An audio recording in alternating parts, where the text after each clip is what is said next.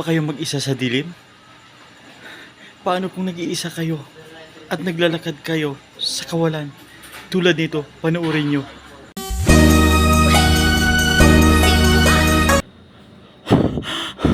Ano yun ang kasilip na yun?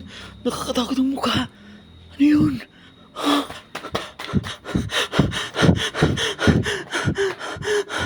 Oh my God, ano yun? Nakakatakot. Bakit may tao sa ganun? Nakakatakot ang itsura niya. Multo ba yun o aswang?